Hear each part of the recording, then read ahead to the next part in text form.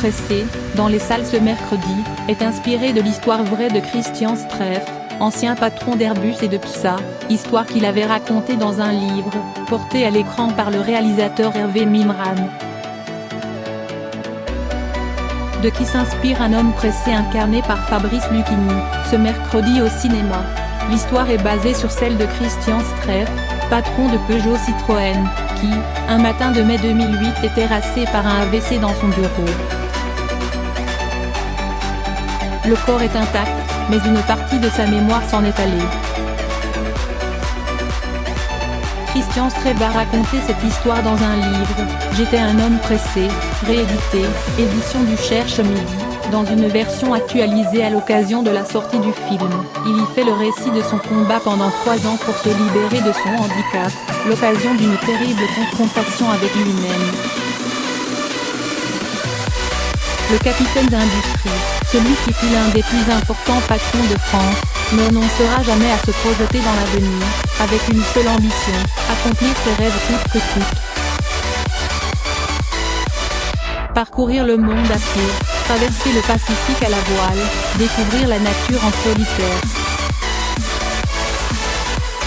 Aujourd'hui, ni tout à fait le même, ni tout à fait un autre, Christian Streff a retrouvé les mots de la vie ordinaire, et construit une nouvelle carrière dans l'industrie, mais il laisse désormais du temps au temps pour nourrir la part intime de lui-même.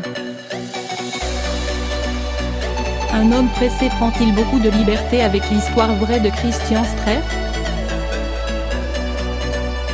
Dans une interview avec le journal Le Monde, Christian Streff dit sans détour que cette histoire n'a rien à voir avec la SIM.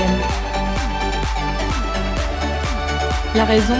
Ce PDG très autoritaire, méprisant, ce vrai salaud qu'incarne Lucchini au début, ce n'était pas moi.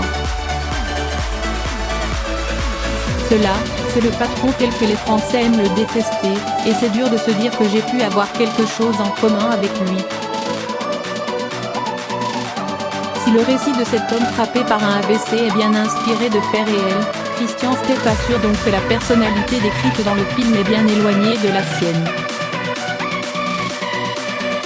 Autre différence de taille, Fabrice Lucchini y évoque, alors que Christian Streff n'a pas perdu sa femme dans la vraie vie. En montrant un Lucchini solitaire, cela laisse le champ libre à une histoire plus romancée, notamment dans l'amitié qui va se créer avec le personnage de Leila Bekti. Le film prend aussi un certain nombre de libertés avec la façon dont est dépeinte la maladie, en mettant l'accent sur un certain nombre de situations connues, notamment lorsque Fabrice Lucchini confond certains mots. Ce qui est bien réel, en revanche, dans l'inversion des mots. Christian Streff appelait bel et bien les orthophonistes ses psychopathes, mais sans s'en rendre compte. Un certain nombre de différences donc, mais Christian Streff assure à nos confrères du Monde avoir beaucoup aimé le film. Des premiers pas au cinéma pour Christian Streff. Pour l'anecdote, un homme pressé marque les premiers pas au cinéma de Christian Streff.